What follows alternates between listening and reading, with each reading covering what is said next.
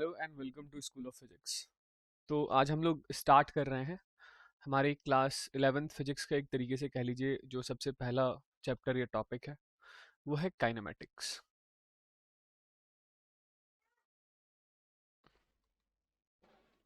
ठीक है। देखिए, काइनेमेटिक्स के अंदर सबसे पहले बात कर लेते हैं कि यहाँ क्या क्या पढ़ना है। ठीक है। तो काइनेमेटिक्स टॉपिक के अंदर हम लोग सबसे पहले स्ट्रेट लाइन मोशन, या इसी को हम लोग रेक्टिलिनियर मोशन या 1D मोशन बोलते हैं। इसके बाद हम लोग 2D मोशन या प्रोजेक्टाइल मोशन कह लीजिए, वो पढ़ेंगे।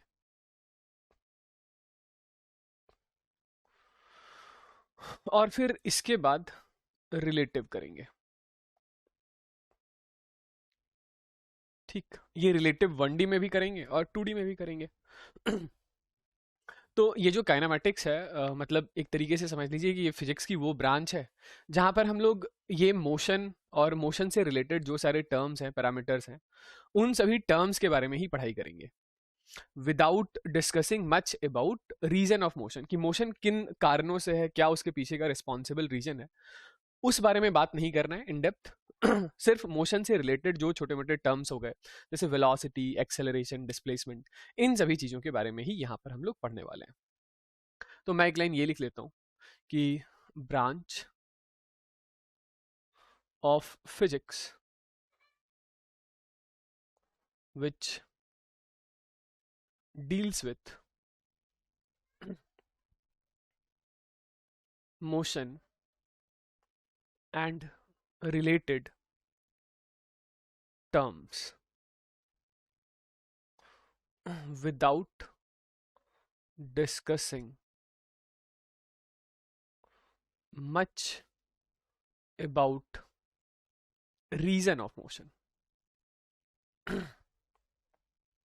ठीक है। तो चलिए भाई शुरू करते हैं हम लोग अपना। ठीक है, स्ट्रेट लाइन मोशन पर आते हैं। पर स्ट्रेट लाइन मोशन पर आने के पहले जो कुछ छोटे मोटे टर्म्स हैं, उन टर्म्स को एक एक करके मैं डिफाइन करता हूँ। तो सबसे पहले यहाँ पर हमें जानना है अबाउट रेस्ट एंड मोशन के बारे में। देखिए सुनिए, ये रेस्ट या मोशन हम लोग किसी ऑब्जेक्ट या किसी पार्टिकल के बारे में बात करेंगे। तो जिस किसी ऑब्जेक्ट या पार्टिकल के बारे में बात करने वाले हैं कि वो रेस्ट पर है या मोशन पर है, ये उस पार्टिकल पर तो डिपेंड करेगा ही करेगा। इसके साथ साथ ये इस बात पर भी डिपेंड करेगा कि ऑब्जर्वर कैसी स्टेट में है। मेरे कहने का मतलब है कि रेस्ट या मोशन पार्टिकल की भी प्रॉपर्टी होगी और ऑब्जर्वर की भी प्रॉपर्टी होगी। ठीक है। और डिफाइन कैसे करेंगे? तो डिफाइन सिंपली इस तरीके से कर लेंगे कि ये कोई पार्टिकल है मान लेते हैं, और इस पार्टिकल के पोजीशन कोऑर्डिनेट्स किसी ऑब्जर्वर के रेस्पेक्ट में चेंज हो रहे हैं टाइम के साथ, तो वो पार्टिकल मोशन वाले स्टेट में कहलाएगा। समझ रहे हैं? तो सबसे पहली बात है कि if position coordinate if position coordinate of an object changes with time with respect to an observer, then object is in state of motion with respect to observer। ठीक है। दूसरी बात, यदि यही पोजीशन कोऑर्डिनेट उस ऑब्जर्वर के respect में नहीं बदल रहे होंगे समय के साथ, तो वो पार्टिकल या वो ऑब्जेक्ट उस ऑब्जर्वर के रेस्पेक्ट में रेस्ट पर कहलाएगा, है ना। तो मैं इस दूसरी बात को इस तरीके से लिख लेता हूं कि if position coordinate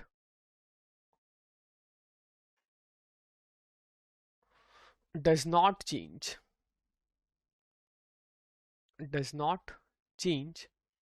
with respect to time with respect to an observer, ठीक है, then object is said to be in state of rest, ठीक है, state of rest with respect to that observer. तो ये ऑब्जेक्ट पर भी depend करेगा और ऑब्जर्वर पर भी डिपेंड करेगा। ओके, चलिए आगे बढ़ते हैं। तो अब इसके बाद जो अगली चीज हम लोग सबसे पहले डिफाइन कर रहे हैं वो है about position, position of a particle या पोजीशन ऑफ ऑब्जेक्ट। देखिए, पोजीशन का सिंपल सा मतलब होता है किसी पार्टिकल या ऑब्जेक्ट का एड्रेस, ठीक है। तो ऑब्जेक्ट या पार्टिकल जो भी है हमारा, उसका जो एड्रेस हम लोग डिफाइन करेंगे वो ऑब्वियसली किसी ऑब्जर्वर के ही रेस्पेक्ट में अगेन डिफाइन करेंगे, है ना। तो पोजीशन क्या हो गया? पोजीशन के बारे में सबसे पहली बात ये है कि it is location of an object with respect to an observer।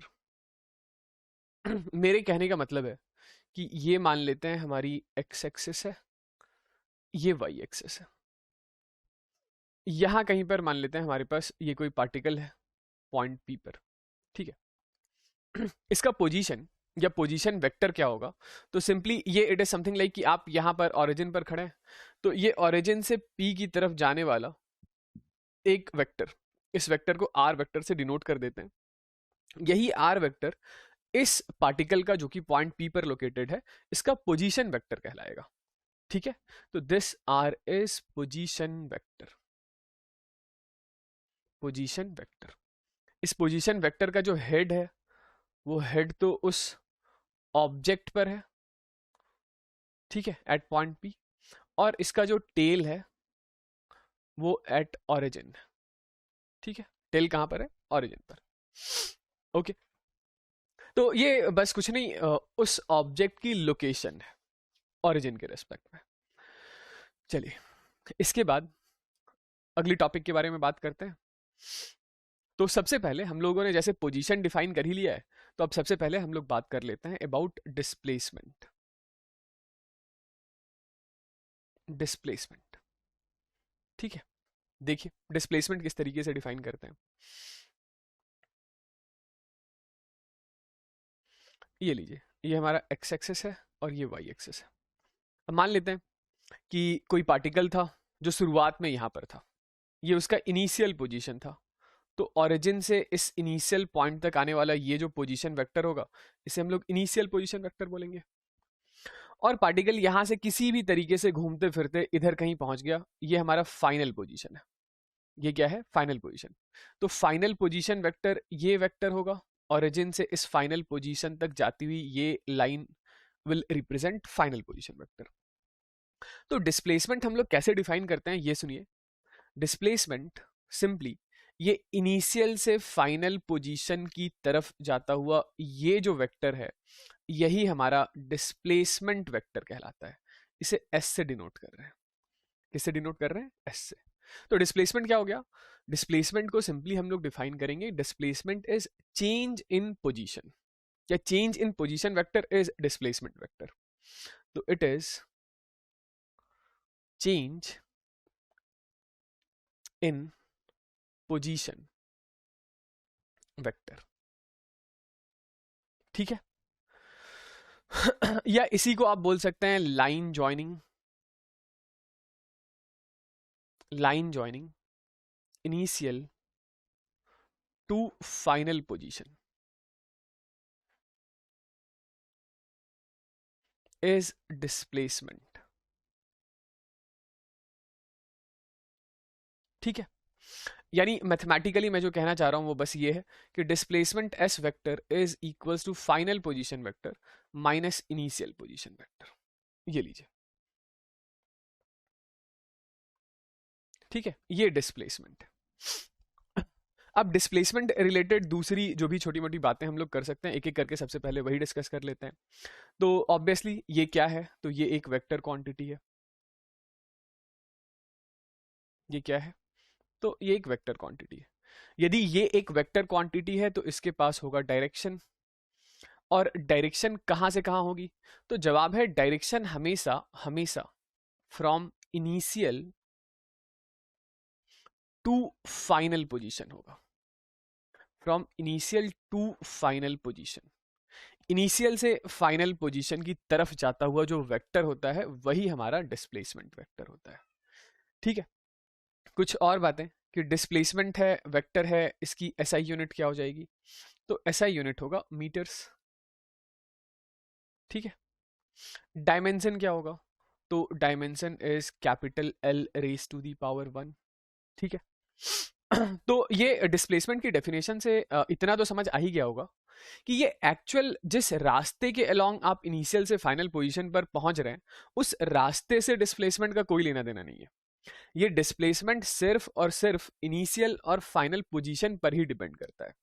यानी इनिशियल से फाइनल पोजीशन आप किस रास्ते से पहुंच रहे हैं इस बात से डिस्प्लेसमेंट को कोई मतलब नहीं है।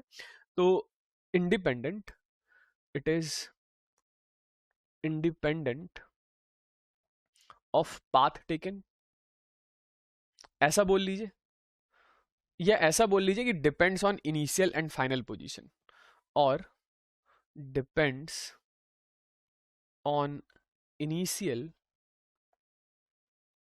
एंड फाइनल पोजीशन ओनली, ऐसा बोल लीजिए, एक ही बात है।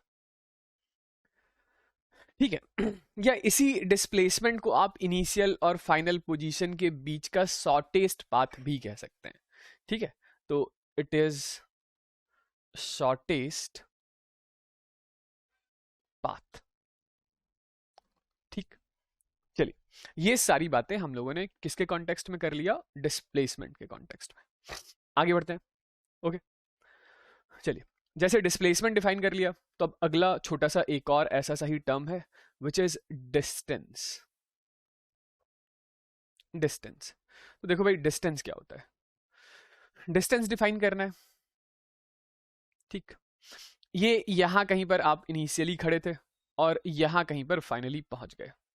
तो ये इनिशियल से फाइनल पोजीशन पर जिस रास्ते के अलोंग आप चलकर गए, जिस रास्ते के अलोंग आप एक्चुअली इनिशियल से फाइनल पोजीशन तक चलकर गए हैं, उस रास्ते की लेंथ को मेजर कर लीजिए। उसी रास्ते की पाथ लेंथ की वैल्यू डिस्टेंस कहलाती है। ठीक है, तो डिस्टेंस क्या हो गया? It is measure of actual path length. ठीक है, जिस रास्ते के अलोंग इनिशियल से फाइनल पोजीशन तक आप पहुंचे हैं उसी रास्ते की लेंथ डिस्टेंस। सिंपल। ओके तो ये ऑब्वियस सी बात है, इसके पास कोई डायरेक्शन की सेंस नहीं है। इनिशियल से फाइनल पोजीशन तक आप इस तरीके से घूमते फिरते पहुंचे हैं तो इसके पास डायरेक्शन की सेंस नहीं है, तो ये एक स्केलर क्वांटिटी है। ओके, स्केलर क्वांटिटी है। एसआई यूनिट क्या होगा? तो एसआई यूनिट इसका भी मीटर। ठीक है, डायमेंशन क्या होगा? तो डायमेंशन इसके लिए भी capital L raise to the power 1। Okay, हाँ, अगली बात कि ये एक्चुअली उसी रास्ते की लेंथ की वैल्यू है जिस रास्ते के लॉन्ग आप चलकर गए हैं। यानी कि यदि आप अपना रास्ता चेंज करते हैं तो डिस्टेंस की वैल्यू भी बदल जाएगी। ठीक है, तो it is different for different path, मतलब अलग अलग रास्तों के along between these two point, initial और फाइनल पोजीशन, इनफाइनाइट रास्ते हो सकते हैं, तो infinite value of distance exist करेगा। ठीक है, जिस रास्ते के लॉन्ग है डिस्टेंस, मतलब उस रास्ते की पाथ की लेंथ की वैल्यू मेजर कर लीजिए, वही हमारा डिस्टेंस। सिंपल। ओके चलिए, अब एक छोटी सी बात और कर लेते हैं। यानी इसी में मैं पहले तो यही लिख लेता हूं कि depends on actual path taken, depends on actual path taken. ठीक है, हाँ, अब एक छोटी सी बात है वो ये है कि जनरली यदि किसी ऑब्जेक्ट का मोशन कन्फाइंड है एक स्ट्रेट लाइन रास्ते के अलोंग, ठीक है, एक स्ट्रेट लाइन पाथ के अलोंग किसी पार्टिकल का मोशन हो रहा है और पार्टिकल ने यू टर्न भी नहीं मारा है, वो बस एक स्ट्रेट लाइन पाथ के अलोंग चलता जा रहा है, चलता जा रहा है, चलता जा रहा है, तो जो वैल्यू ऑफ डिस्टेंस होगा वही डिस्प्लेसमेंट होगा। हाँ, यदि उसने आगे जाकर के यू टर्न मार लिया तो डिस्प्लेसमेंट और डिस्टेंस की वैल्यू अलग अलग हो जाएगी। ठीक है। तो जनरली जैसा आप इस फिगर में देख सकते हैं कि ये हमारा डिस्टेंस है और डिस्प्लेसमेंट क्या था, तो बस line joining initial and final position, ये डिस्प्लेसमेंट था और इसे हम लोग डिस्टेंस बोल देते हैं। तो जनरली होता क्या है कि जो डिस्टेंस ट्रेवल्ड होता है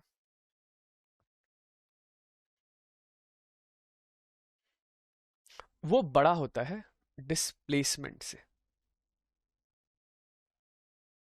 यहाँ डिस्प्लेसमेंट के आगे मैं मैग्नीट्यूड की बात कर रहा हूँ, डिस्प्लेसमेंट की, क्योंकि वो तो वेक्टर क्वांटिटी है।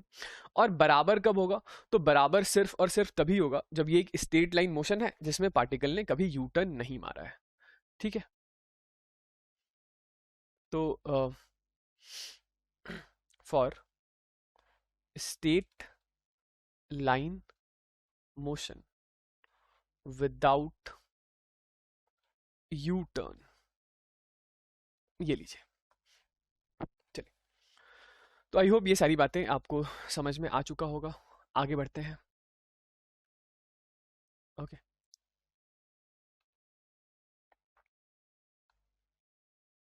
चलिए। तो अगला एक दूसरा छोटा सा टर्म हम लोग डिफाइन कर रहे हैं, which is about velocity, velocity of a particle. ये देखिए, ये है एक्स एक्सिस, ये है वाई एक्सिस। ठीक है।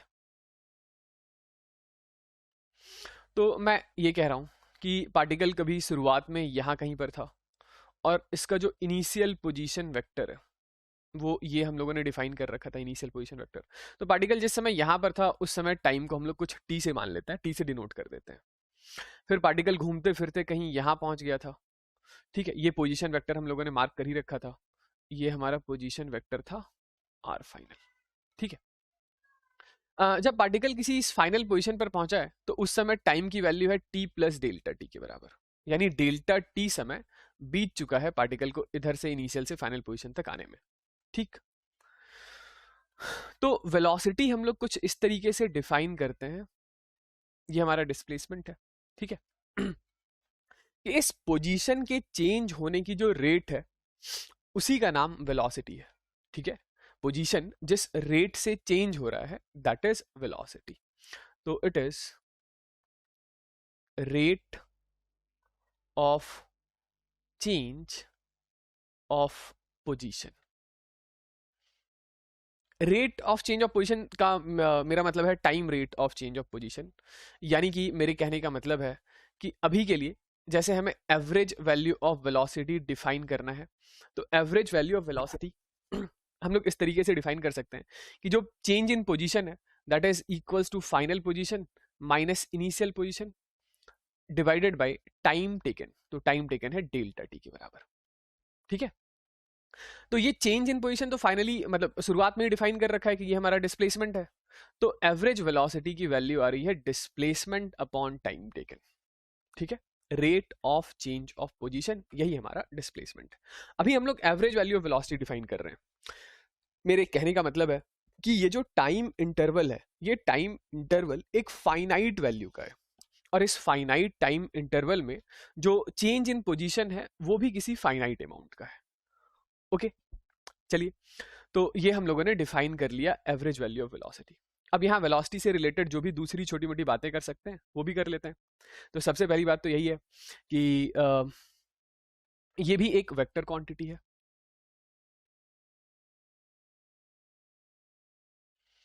यदि ये एक वेक्टर क्वांटिटी है तो इसकी एस आई यूनिट, सबसे पहले तो डायरेक्शन के बारे में बात कर लेते हैं। इसकी डायरेक्शन क्या है, तो डायरेक्शन हमेशा डिस्प्लेसमेंट वेक्टर की दिशा में होता है। जिस दिशा में डिस्प्लेसमेंट वेक्टर होगा उसी दिशा में एवरेज वेलोसिटी होगी, यानी direction is along displacement vector. मेरे कहने का मतलब है from initial position to final position. Okay, initial से फाइनल पोजीशन की तरफ। ओके। हाँ, एसआई यूनिट के बारे में हम लोग बात कर रहे थे, तो बताइए एसआई यूनिट हो जाएगा इसका मीटर पर सेकेंड। ठीक है। डायमेंशन, तो डायमेंशन हो जाएगा L T raise to the power -1। Okay. Okay, इसके बाद कि ये अगेन जो वेलोसिटी है, चूंकि डिस्प्लेसमेंट ही हमारा सिर्फ और सिर्फ इनिशियल और फाइनल पोजीशन पर डिपेंड करता है, तो ऑब्वियसली ये जो वेलोसिटी की एवरेज वैल्यू है वो भी इनिशियल और फाइनल पोजीशन पर ही डिपेंड करेगी, ना कि एक्चुअल पाथ टेकन पर। ठीक, चलिए, तो this is all about velocity. लेकिन यहाँ पर ध्यान रहे, हम लोगों ने अभी वेलोसिटी की एवरेज वैल्यू डिफाइन करी है। इसके बाद नेक्स्ट हम लोग बात कर रहे हैं वेलोसिटी की इंस्टेंटेनियस वैल्यू के बारे में। Instantaneous value of velocity. Instantaneous value of velocity क्या होता है, तो ये देखिए कि ये जो टाइम इंटरवल है हमारा, ये टाइम इंटरवल एक फाइनाइट वैल्यू का ना हो करके एक इनफाइनाइटली स्मॉल अमाउंट का हो। यानी इसको जो लिखने का हमारा तरीका है वो कुछ ऐसा है कि limit delta T tending towards zero,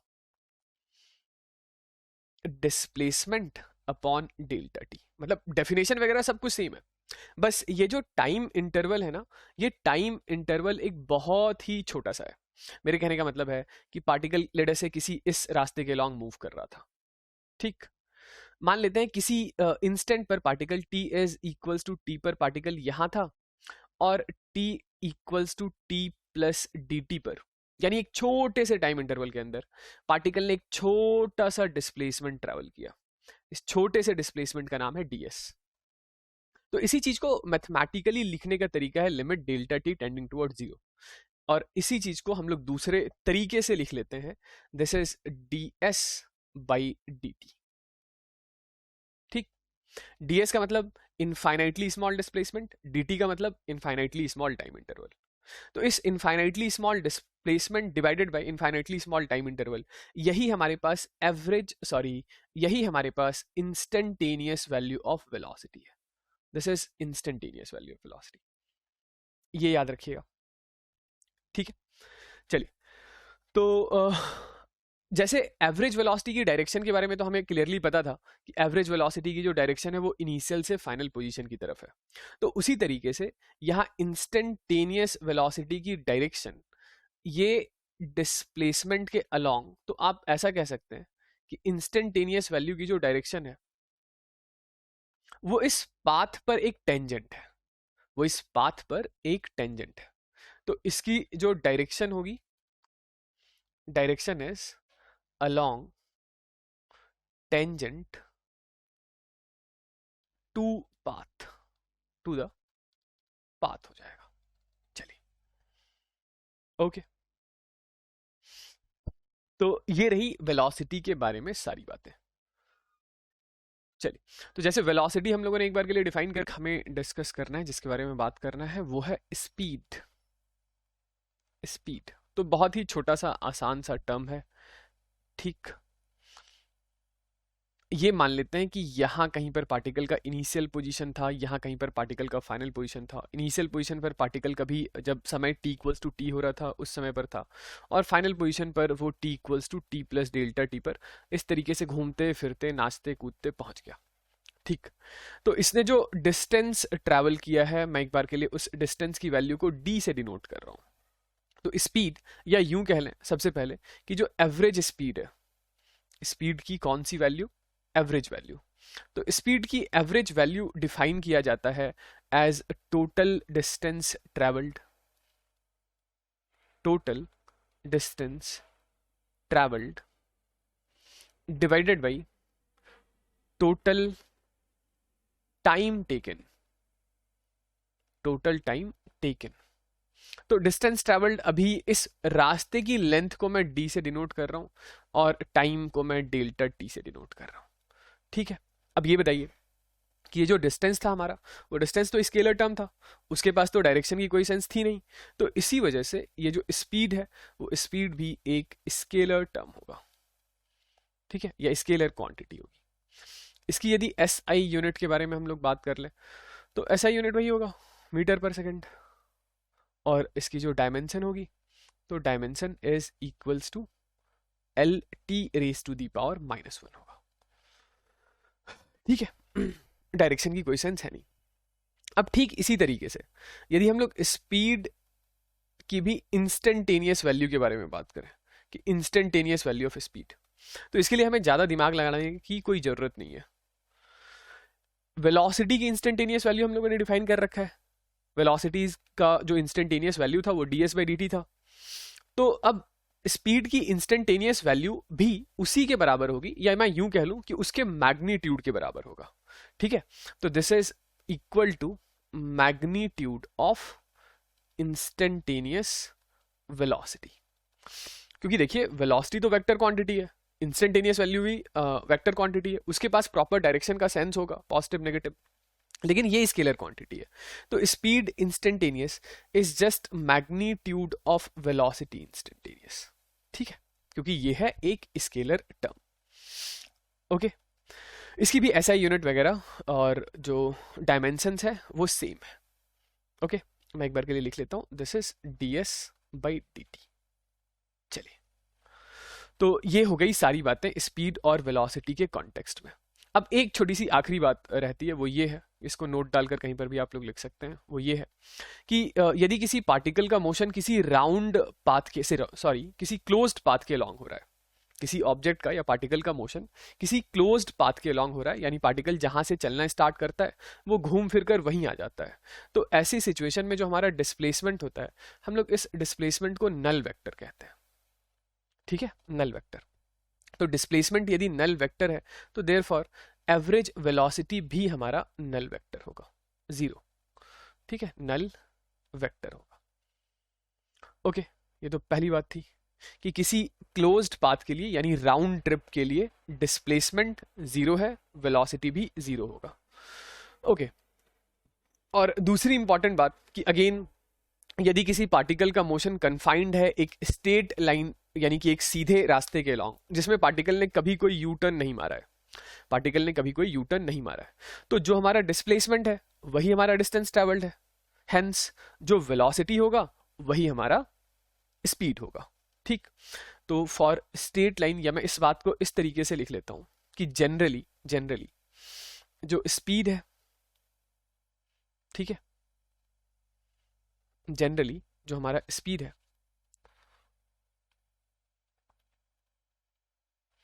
वो ग्रेटर होता है वेलोसिटी से या वेलोसिटी के मैग्नीट्यूड से। लेकिन ये दोनों बराबर कब होंगे? तो जवाब है किसी स्ट्रेट लाइन पाथ के अलॉन्ग, जब पार्टिकल ने कोई यू टर्न नहीं मारा है। ठीक, for a straight line path without U turn. Okay,